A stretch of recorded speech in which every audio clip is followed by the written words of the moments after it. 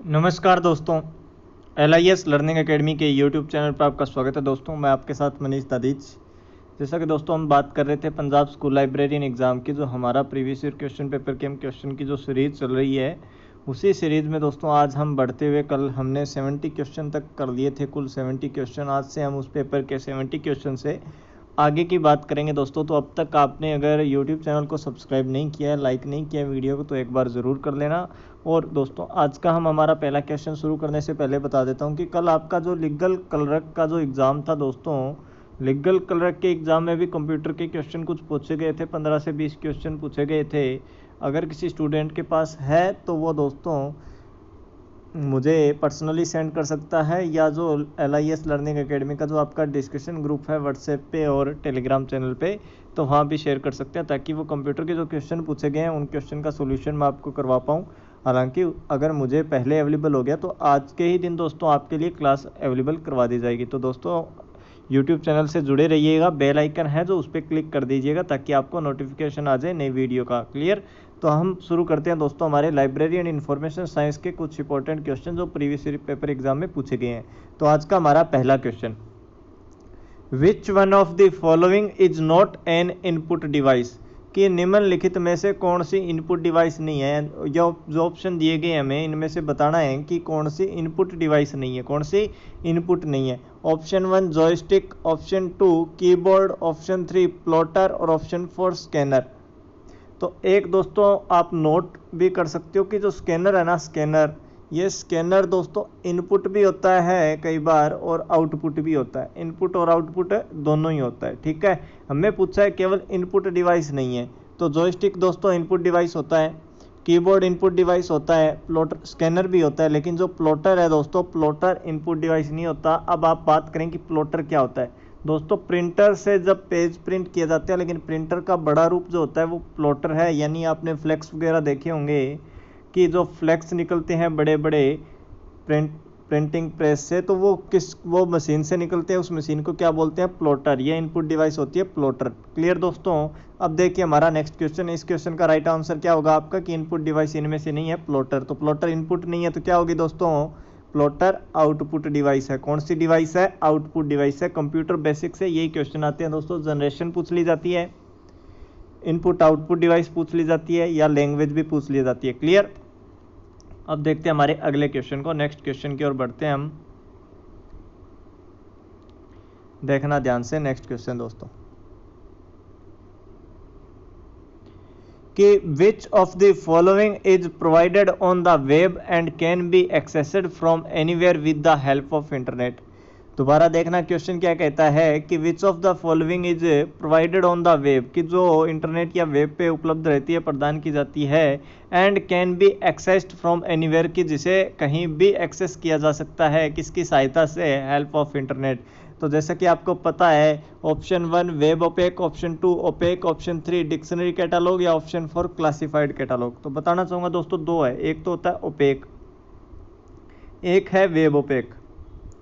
ठीक है, ओपेक है ऑनलाइन पब्लिक एक्सेस कैटालॉग, और वेब ओपेक हो गया web online public access catalogue. तो वेब से सहायता से ओपेक जो है ऑनलाइन पब्लिक एक्सेस कैटालॉग, जिसको एक्सेस किया जा सकता है, जिसके अंदर कितनी किस लाइब्रेरी में बुक्स अवेलेबल है, वो हम हर लाइब्रेरी की, बड़ी लाइब्रेरियाँ होती हैं उनका ओपेक सिस्टम बना होता है, जहाँ से हम देख सकते हैं दोस्तों। क्लियर? अब देखिए हमारा अगला क्वेश्चन, नेक्स्ट क्वेश्चन आपके सामने है, क्वेश्चन नंबर 73, कि which of the following table defines the criteria for extracting one या more elements from a master file record. दोबारा देखना क्वेश्चन क्या कहता है कि which of the following table define the criteria for extracting one या more elements from a master file record. Option 1 print definition table, option 2 character conversion table, option 3 field definition table, या option 4 field select table. तो बताइए right answer क्या होगा? Right answer होगा दोस्तों आपका option number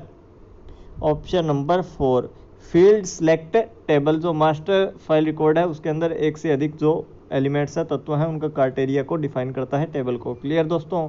अब देखिए हमारा अगला क्वेश्चन, नेक्स्ट क्वेश्चन क्या कहता है, ध्यान से देखिए। क्वेश्चन नंबर 74 दोस्तों, Which of the following section is concerned with various functions relating to collection development?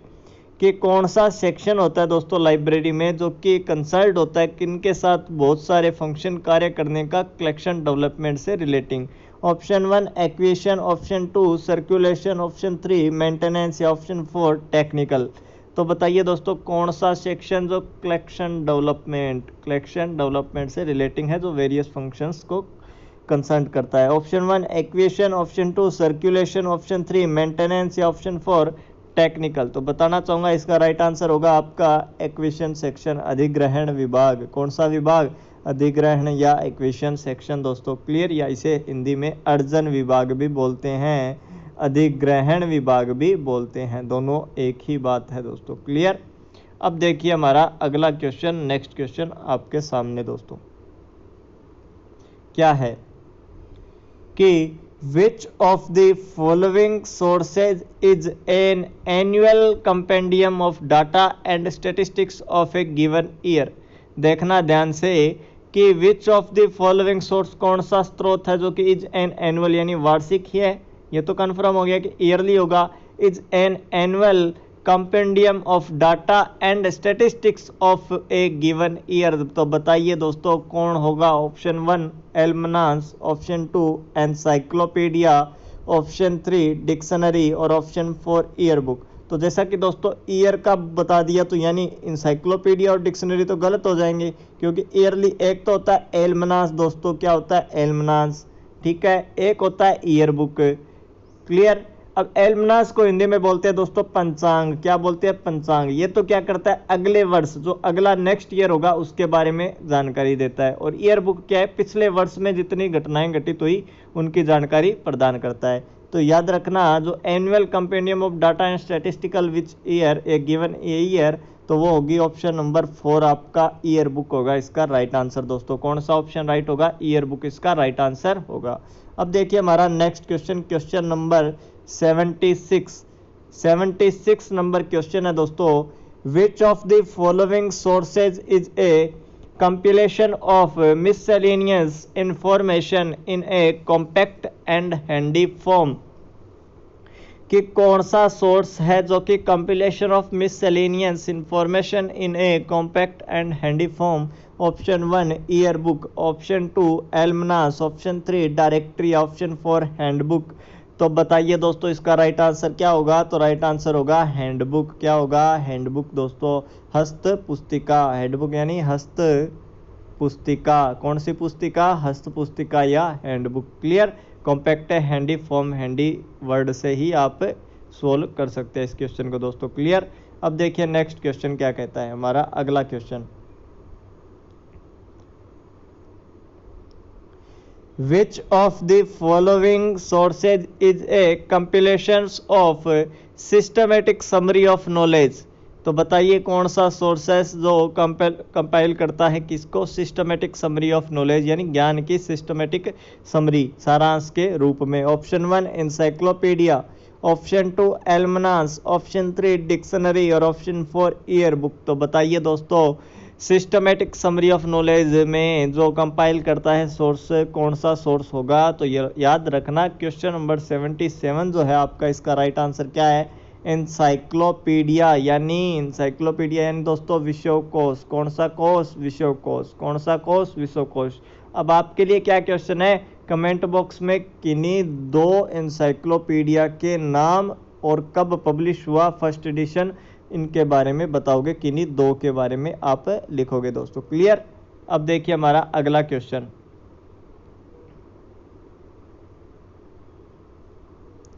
क्या कहता है, क्वेश्चन नंबर 78 कि which of the following sources is a list of persons या ऑर्गेनाइजेशन?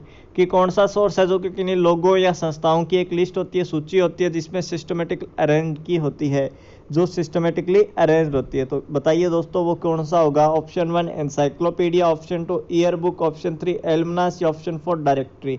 तो बताना चाहूँगा दोस्तों डायरेक्टरी जो है, डायरेक्टरी, इस डायरेक्टरी को बोलते हैं दोस्तों निर्देशिका। क्या बोलते हैं? निर्देशिका। ठीक है। और ये डायरेक्टरी कौन सा सोर्सेज है? टेरिटरी सोर्सेज है। कौन सा सोर्सेज है? डायरेक्टरी। याद रखना कौन सा सोर्सेज है? टेरिटरी। कौन सा? टेरिटरी यानी तृतीयक सोर्सेज है, जिसमें दोस्तों कोई भी, जैसे आपने देखा होगा आपकी डायरी होती है, कोई भी डायरी, ठीक है, डायरी के पीछे क्या है? नाम लिखा होता है कि नाम, उसका एड्रेस, उसका मोबाइल नंबर, यानी पूरी डिटेल दी गई होती है, जिसमें स्टेटिस्टिकल डाटा भी होता है, ठीक है, अर्थमेटिकली मैथमेटिकली डाटा भी होता है, डिस्क्रिप्टिव डाटा भी होता है। तो किसी के बारे में ये सभी जानकारी जो डायरेक्टरी होती है ना दोस्तों, उसके अंदर रहती है किसी संस्था या पर्सन लोगों की सूची। क्लियर? तो इसका राइट आंसर याद रखना डायरेक्टरी होगा, और डायरेक्टरी कौन सा सोर्सेज है? Primary territory. कौन सा? टेरिटरी दोस्तों। क्लियर? अब देखिए नेक्स्ट क्वेश्चन, हमारा अगला क्वेश्चन, क्वेश्चन नंबर आपका 79। विच of the following is not a file extension of formatted documents, कि कौन सा इनमें से फाइल एक्सटेंशन का फॉर्मेट नहीं है डॉक्यूमेंट के लिए? ऑप्शन 1 है TXT text, option 2 WPD, option 3 .doc और ऑप्शन 4 .ps। तो दोस्तों जैसा कि आपने TXT और DOC डॉक को तो आपने पढ़ा है, नया आपके लिए होगा एक तो .WPD, एक .ps। तो इनमें से आपको देखना है कि कौन सा जो है फाइल एक्सटेंशन नहीं है, किसी डॉक्यूमेंट का फॉर्मेट नहीं है। तो बताना चाहूँगा जो TXT है इनमें से फाइल एक्सटेंशन का डॉक्यूमेंट, इनमें से ऑप्शन दिए गए हैं दोस्तों,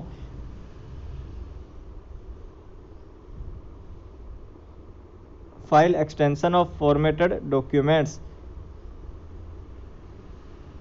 तो याद रखना दोस्तों कि डॉक फाइल और टेक्स्ट फाइल दोनों तो होता है, लेकिन इसका राइट आंसर सही नहीं दिया गया है, तो इस क्वेश्चन को हम नहीं पढ़ेंगे। अगला क्वेश्चन देखिए, हमारा नेक्स्ट क्वेश्चन,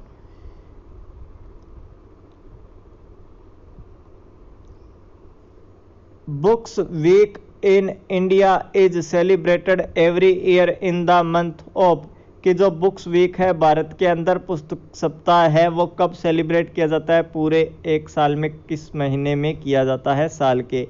ऑप्शन 1 है दिसंबर, ऑप्शन 2 है सितंबर, ऑप्शन 3 है नवंबर, या ऑप्शन 4 है अक्टूबर। ऑप्शन 1 दिसंबर, ऑप्शन 2 सितंबर, ऑप्शन 3 नवंबर और ऑप्शन 4 अक्टूबर। तो जैसा कि आपको पता है कब होता है, नवंबर के अंदर, लेकिन नवंबर को किस दिन से लेकर किस दिन तक होता है, ये आप कमेंट बॉक्स में बताएंगे दोस्तों। किस में बताएंगे? कमेंट बॉक्स में बताएंगे। क्लियर? अब देखिए हमारा अगला question, data about data is known as, कि डाटा के बारे में जो डाटा है उसे क्या कहा जाता है? Option 1 database, option 2 data bank, option 3 micro data, या ऑप्शन 4 मेटा डाटा। तो बताइए दोस्तों, data about data is known as database, data bank, micro data, meta data. इसका राइट आंसर क्या होगा? तो याद रखना data about data, meta data. कौन सा डाटा? Meta data. कौन सा डाटा दोस्तों? Meta data. और मेटा डाटा हमने स्टैंडर्ड पढ़ा था कौन सा होता है। क्लियर? अब देखिए हमारा अगला क्वेश्चन कि ILA स्टैंड्स फॉर, ILA का पूरा नाम क्या है दोस्तों? Indian law association, option 2 international library association, option 3 international law association, या ऑप्शन 4 इंडियन लाइब्रेरी एसोसिएशन। तो बताइए, ILA stands for Indian law association, international library association, international law association, या इंडियन लाइब्रेरी एसोसिएशन। तो बताना चाहूँगा ILA आपने पढ़ा होगा, ILA की स्थापना कब हुई? 1933 में, और ILA का पूरा नाम इंडियन लाइब्रेरी एसोसिएशन। अब आपके लिए क्या क्वेश्चन है कि ILA का हेडक्वार्टर कहाँ है? कमेंट बॉक्स में बताएंगे दोस्तों। तो राइट आंसर क्या होगा इसका? Indian library association 1933। क्लियर दोस्तों? देखिए नेक्स्ट क्वेश्चन,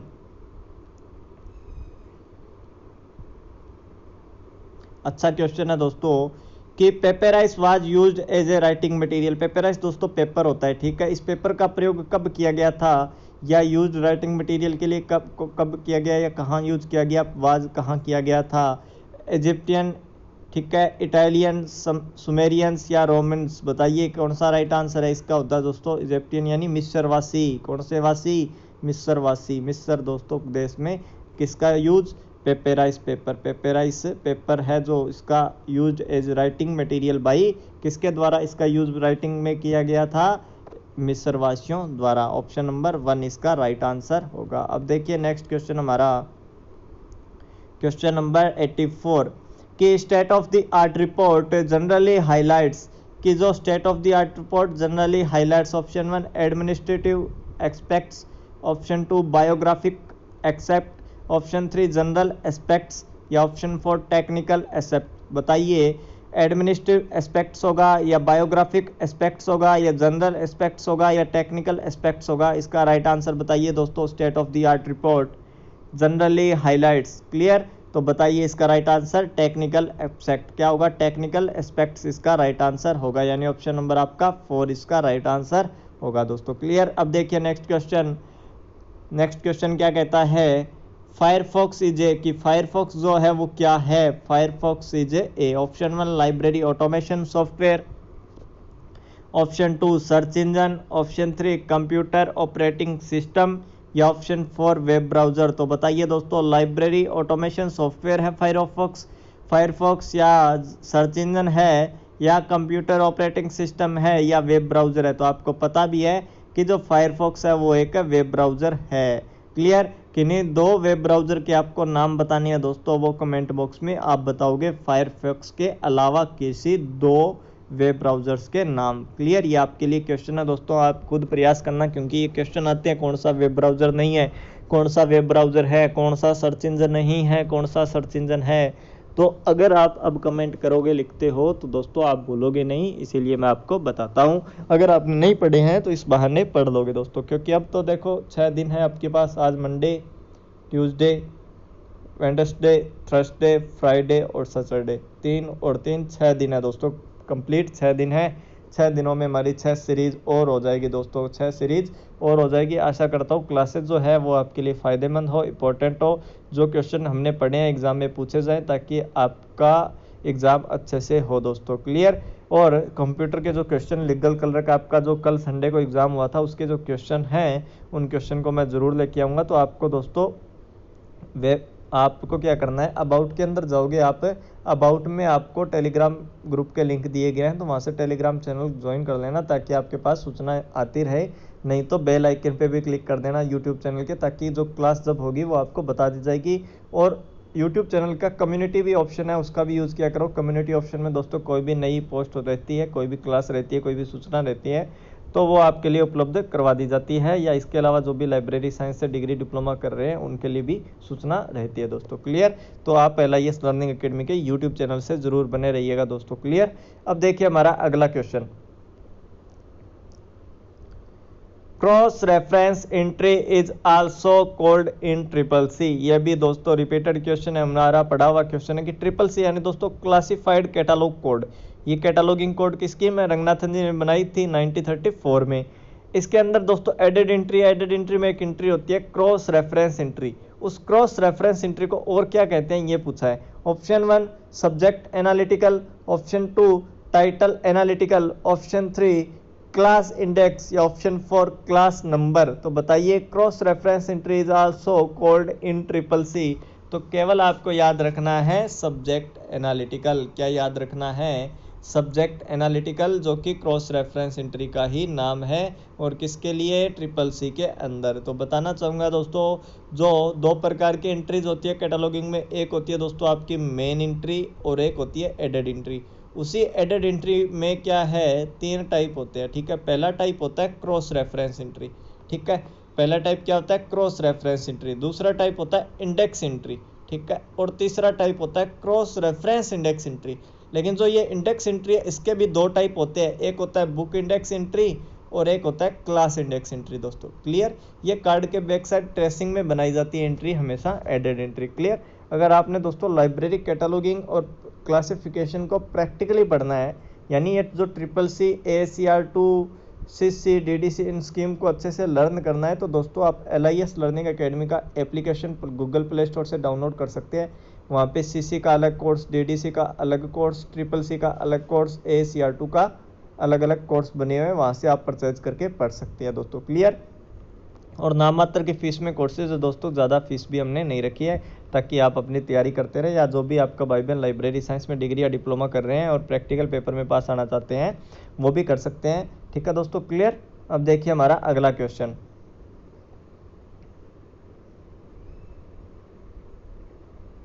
अगला क्वेश्चन देखिए दोस्तों, आप इस तरह है, देखिए कि which index entries are, question number 87 को देखना है दोस्तों, कि which index entries are provided under subject heading derived through chain procedure from the class number in the main entry. दोबारा देखिएगा कि which indexes entry are provided under subject heading derived through chain procedure from the class number in the main entry. तो आपको जैसा कि पता है कि चेन प्रोसीजर कौन सी कैटलॉगिंग स्कीम में यूज किया जाता है, और क्लास नंबर से आपको पता है कि चेन प्रोसीजर खोल के एक एंट्री बनाई जाती है। तो वो एंट्री कौन सी बनाई जाती है ये हमें बताना है। तो याद रखना, क्लास नंबर से याद रखना है आपको क्लास इंडेक्स एंट्री। क्या याद रखोगे? Class index entry. ये क्लास इंडेक्स एंट्री कैसे बनती है दोस्तों? जो आपका टाइटल में क्लास नंबर दिया गया होता है ना, उस क्लास नंबर को खोलते हैं किसकी सहायता से? चेन प्रोसीजर की सहायता से, जिसमें false link, sought link, unsought link दोस्तों, मिसिंग लिंक्स, कुछ लिंक्स का यूज किया जाता है जिनमें से हमको लिंक का यूज करना है, और क्लास इंडेक्स एंट्री को बनाते हैं किसके अंदर? CCC स्कीम के अंदर, क्लासिफाइड कैटलॉग कोड के अंदर। क्लियर दोस्तों? तो राइट आंसर इसका होगा क्लास इंडेक्स एंट्री। अब देखिए हमारा अगला क्वेश्चन क्या कहता है। क्वेश्चन नंबर 88 देखिए ध्यान से, कि search strategy is the mirror in the dark, whose quotation in is this. कि ये वाक्य या कथन है ना, ये किसने कहा था कि search strategy is the mirror in the dark? Option 1 SR Ranganathan, option 2 CA cutter, option 3 HE bliss, और ऑप्शन 4 WA केट्स। तो बताइए दोस्तों, search strategy is the mirror in the dark, ये कथन, ये कन्वर्टेशन किसने कहा था? क्वाटो किसने दिया था? ये option 1 SR Ranganathan, option 2 CA cutter, option 3 HE bliss, या ऑप्शन 4 WA केट्स। तो याद रखना राइट आंसर होगा इसका WA केट्स। किसका? इसका search strategy is the mirror in the dark by WA cards या WA केट्स दोस्तों। क्लियर? अब देखिए अगला क्वेश्चन, कि which section of AACR2 second, और ये R लिखा है दोस्तों, इसका अर्थ है revised, with deals with serial publication.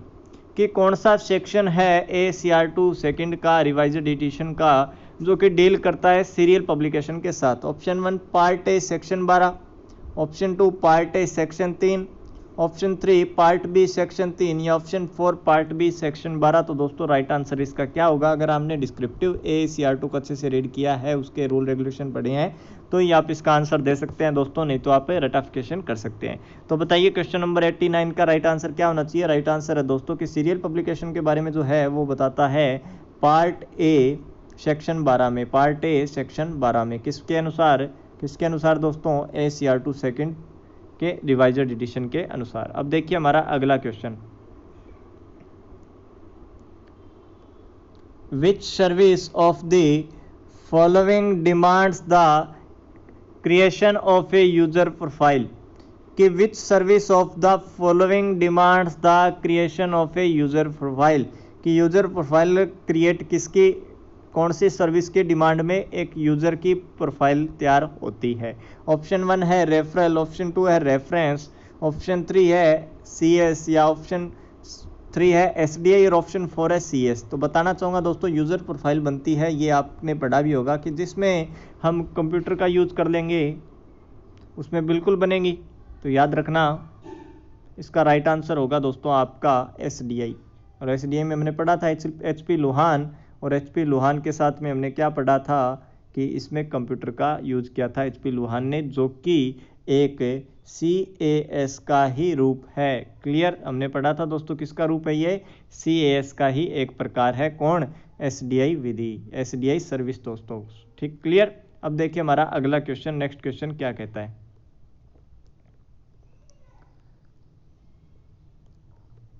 देखिएगा दोस्तों ध्यान से, ये है हमारा क्वेश्चन, कि which service of the following link users to appropriate sources of information on the basis of specially prepared guides? कि विच सर्विस, कौन सी service of the following link, निम्न में से कौन सी जो link user to appropriate sources of information on the basis of specially prepared guides? Option 1 abstracting, option 2 reference, option 3 indexing, या ऑप्शन 4 रेफरल। तो आपको पता है कि कौन सी होगी, ये रेफरल सर्विस होगी। कौन सी सर्विस होगी, रेफरल सर्विस होगी दोस्तों। क्लियर। अब देखिए हमारा नेक्स्ट क्वेश्चन नंबर क्या है आपका 92। क्या है 92 क्वेश्चन क्या कहता है, देखिए ध्यान से कि the implications of which law on the arrangement of the documents in अपूपा pattern. अपूपा pattern हमें पढ़ा था दोस्तों, अपूपा पैटर्न पढ़ा था, निदानियों के सत्यापन में पढ़ा था कि बुक्स का अरेंजमेंट कैसा करना चाहिए। रंगनाथन जी ने अपूपा पत्ती दी थी, तो इस अपूपा पत्ती को बताया गया कि अपूपा पत्ती जो लाइब्रेरी साइंस के नियम है, उन नियम का किस नियम का इम्प्लीकेशन है ये हमें बताना है। Option 1 first law, option 2 fourth law, option 3 second law और ऑप्शन 4 दोस्तों थर्ड लॉ। तो बताइए the implication of which law on the arrangement of the documents in अपूपा pattern. Option 1 first law, option 2 fourth law, option 3 second law या option 4 third law. तो याद रखना second law क्या होगा राइट आंसर अपूपा पैटर्न का, किसका इम्प्लीकेशन है, second law का, यानी दूसरे नियम का। कौन से नियम का, दूसरे नियम का। अब अपूपा पैटर्न में अपूपा पैटर्न का अरेंजमेंट किस तरह होता है, यानी ए का क्या मतलब होता है, पी का क्या मतलब होता है और यू का क्या मीन होता है, ये आप कमेंट बॉक्स में बताएंगे दोस्तों, ये आपके लिए क्वेश्चन है। क्लियर। अब देखिए क्वेश्चन नंबर 93 इन सोल 2.0। सोल आपको पता है सॉफ्टवेयर फॉर यूनिवर्सिटी लाइब्रेरी, जिसका 2.0 का मतलब है वर्जन नंबर 2 दोस्तों, वर्जन 2 उसका। The organisation of the MARC record is based on the record structure of the ISO standards, कि कौन से ISO स्टैंडर्ड पे MARC record is based on the record structure of the ISO standard. Option 1 ISO 2709, option 2 ISO 2710, option 3 ISO 2708 और option 4 ISO 2711। तो बताइए right answer क्या होगा in SOUL 2.0 the organisation of the MARC record is based on the record structure of the ISO standard. तो जैसा कि हमने ये रिपीटेड क्वेश्चन है, पहले पढ़ा भी था, ISO 2709 हमने पढ़ा था दोस्तों। क्लियर, आपको याद हो तो हमने पढ़ा था। क्लियर। अब देखिए नेक्स्ट क्वेश्चन नंबर 94 कि ट्रेटिस या थ्रेस्टिस फॉल्स अंडर द कैटेगरी, कि किस कैटेगरी में थ्रेस्टिस फॉल्स अंडर द कैटेगरी, की किस कैटेगरी में आता है, किस प्रकार का यह सोर्सेज है। ऑप्शन 1 है सेकेंडरी, ऑप्शन 2 है वेब सोर्सेज, ऑप्शन 3 है प्राइमरी सोर्सेज और ऑप्शन 4 है टेरिटरी सोर्सेज। तो बताइए कौन सा राइट आंसर होगा। Option 1 secondary sources, option 2 web sources, option 3 primary sources या ऑप्शन 4 टेरिटरी सोर्सेज। तो क्वेश्चन नंबर 94 का राइट आंसर होगा दोस्तों आपका सेकेंडरी सोर्सेज। कौन सा सोर्सेज, सेकेंडरी सोर्सेज। क्लियर, द्वितीयक स्रोत राइट आंसर होगा। अब देखिए next question 1 gigabyte is equal to how many megabyte. 1 gigabyte is equal to how many megabyte. बताइए इसका राइट आंसर क्या है कि 1 gigabyte is equal to how many megabytes, कि 1 गीगाबाइट इक्वल किसके बराबर होता है, मेगाबाइट कितने मेगाबाइट के बराबर होता है। गीगाबाइट से मतलब है दोस्तों 1 GB, और 1 GB में आपको जैसा कि पता है 1024 क्या होती है MB, और MB को क्या बोलते हैं, मेगाबाइट। तो ऑप्शन नंबर 4 क्या होगा, इसका राइट आंसर होगा। और बताना चाहूँगा कंप्यूटर से ये क्वेश्चन आते हैं कि बताइए इस तरह आ जाता है कि MB दी होती है, KB दी होती है, GB दी होती है और TB दी होती है, और बोलता है इनको क्रम में लगाना है कि कौन से किस प्रकार से आरोही क्रम में, अवरोही क्रम में, डिसेंडिंग ऑर्डर, असेंडिंग ऑर्डर में बताना होता है। तो एक बार इनको दोस्तों मेमोरी की जो स्टोरेज है इसको अच्छे से रीड कर लेना, एक बार पढ़ के जरूर जाना एग्जाम में, आपके एग्जाम में पूछा जा सकता है। क्लियर। अब देखिए हमारा नेक्स्ट क्वेश्चन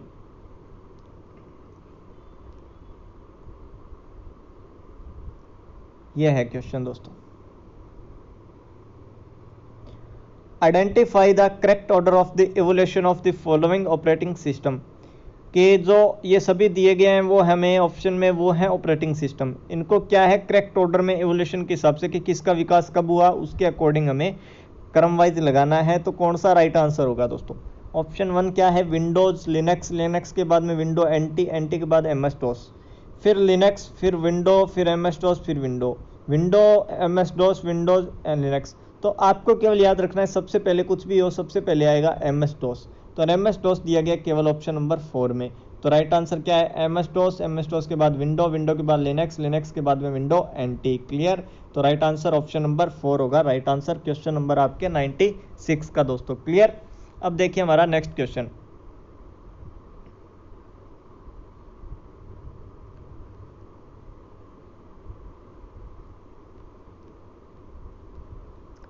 क्वेश्चन क्या है, books in print is a, कि जो बुक्स इन प्रिंट है वो क्या है, बुक्स इन प्रिंट क्या है। Books in print. दोस्तों रिपीटेड क्वेश्चन है, काफ़ी एग्जाम में पूछा गया है, तो याद रखना बुक्स इन प्रिंट आ जाए, ठीक है। तो याद रखना है ट्रेड बिबिलियोग्राफी। क्या याद रखना है? ट्रेड बिबिलियोग्राफी। ऑप्शन नंबर आपका 3 कि बुक्स इन प्रिंट क्या है? ट्रेड बिबिलियोग्राफी है। आपके लिए क्या क्वेश्चन है कि ये बुक्स इन प्रिंट है, ये पब्लिश्ड बाय, ये आपको बताना है। ऑप्शन आप कमेंट में बताएंगे, published by, books in print published by. Clear. अब देखिए next question, India a reference annual is published by. ये भी रिपीटेड क्वेश्चन है दोस्तों कि India a reference annual is published by, हमने पढ़ा भी था। तो बताइए दोस्तों इसका राइट आंसर क्या होगा? Option 1 ministry of culture government of India, option 2 ministry of information and broadcasting government of India, option 3 national library Kolkata, और ऑप्शन 4 नेशनल बुक ट्रस्ट यानी एनबीटी। तो बताइए कि इंडिया ए रेफरेंस एनुअल है, इनमें से किसके द्वारा प्रकाशित या पब्लिश की जाता है? तो जैसा कि बताया था मैंने, क्या होगा राइट आंसर? ऑप्शन नंबर आपका 2 ministry of information and broadcasting government of India, प्रकाशन विभाग है ब्रॉडकास्टिंग का। क्लियर। अब देखिए दोस्तों हमारा नेक्स्ट क्वेश्चन क्या कहता है कि Brown system in the libraries relates to, कि जो ब्राउन सिस्टम है, ब्राउन प्रणाली है, वो पुस्तकालय में किससे संबंधित है? तो option 1 accessing of the book, option 2 inter library loan of books, option 3 circulation of books, और ऑप्शन 4 क्लासिफिकेशन ऑफ बुक्स। तो दोस्तों दो पत्तियां मैंने बताई थी आपको पढ़नी है, एक का नाम है ब्राउन सिस्टम, एक का नाम है न्यूयॉर्क।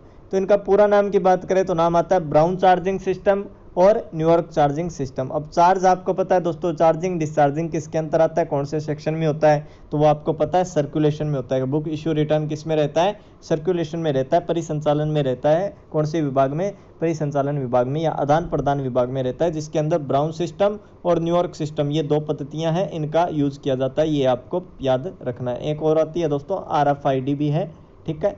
क्लियर। अब देखिए हमारा आज के पेपर का लास्ट क्वेश्चन दोस्तों, इसी क्वेश्चन के साथ आज का पेपर कंप्लीट होगा, आज का क्लास भी कंप्लीट होगी। लेकिन आज के दिन दोस्तों जैसा कि बता रहा हूँ, आप यूट्यूब चैनल से बने रहिएगा। जो कंप्यूटर के क्वेश्चन आए थे उनको हम क्लासेस लेकर आएंगे। आज कोशिश पूरी रहेगी आपके लिए, तो वैसे ही नोटिफिकेशन आ जाएगा जैसे वो क्लास रहेगी। तो क्या क्वेश्चन है कि information gate keepers come under one of the following sources, कि इंफॉर्मेशन गेट कीपर्स है वो निम्न में से किस सोर्सेज के अंतर्गत आते हैं? ऑप्शन 1 है इंस्टीट्यूशनल, ऑप्शन 2 है नियो कॉन्वेंशनल, ऑप्शन 3 है डॉक्यूमेंट्री, ऑप्शन 4 है ह्यूमन। तो बताइए दोस्तों लास्ट क्वेश्चन है, आप बताएंगे इसका राइट आंसर क्या होगा। और ऐसे क्वेश्चन एग्जाम में भी आपके आ सकते हैं दोस्तों। Information gate keepers come under one of the following sources, तो क्या याद रखोगे? डॉक्यूमेंट्री। क्या याद रखोगे? डॉक्यूमेंट्री। क्या याद रखोगे? डॉक्यूमेंट्री। एक प्रकार हो तो दो प्रकार के होते हैं, एक और होता है नॉन डॉक्यूमेंट्री, एक होता है डॉक्यूमेंट्री सोर्सेज के प्रकार दोस्तों। क्लियर। तो आशा करता हूं दोस्तों आज के सभी क्वेश्चन आपको अच्छे से समझ में आए होंगे और क्लास आपके अब तक सबसे बढ़िया लगी होगी आपको। तो बताना चाहूँगा, अभी तक आपने क्लासेस मिस किया है कोई, तो पंजाब स्कूल लाइब्रेरियन की प्लेलिस्ट बनी हुई है दोस्तों यूट्यूब चैनल पे, आप वहाँ से प्लेलिस्ट देखें और उस प्लेलिस्ट में जो वीडियो आपने नहीं देखी है, जो क्लास आपने नहीं लगाई है, वो क्लास ज़रूर लगाएं। क्योंकि दोस्तों कोई क्वेश्चन ऐसा तो है नहीं कि आपका टाइम स्पॉइल करेगा, क्योंकि सभी क्वेश्चन जो प्रीवियस ईयर पेपर है उनमें आए हुए क्वेश्चन है। तो ये सभी क्वेश्चन तो आपके एग्जाम के पॉइंट ऑफ व्यू से तो बहुत इंपॉर्टेंट है दोस्तों। अगर फ़ोन भी यूज़ कर रहे हैं, इंटरनेट का यूज़ कर रहे हैं, तो कोई और वीडियो देखने के बजाय दोस्तों आपको स्टडी मटेरियल देखें, स्टडी का वीडियो देखें, तो जिसमें हम आपके लिए प्रीवियस ईयर पेपर के जो क्वेश्चन है वो सॉल्यूशन करवाया है, तो वो भी देख सकते हैं। और कोई करवा रहा है भाई तो वहाँ से भी आप पढ़ सकते हैं। केवल आपको पढ़ने से मतलब है दोस्तों, चाहे कहीं से भी पढ़ें, आपका एग्जाम अच्छा होना चाहिए, यही हम आशा करते हैं दोस्तों। तो LIS लर्निंग अकेडमी के साथ बने रहिएगा दोस्तों। बहुत बहुत धन्यवाद।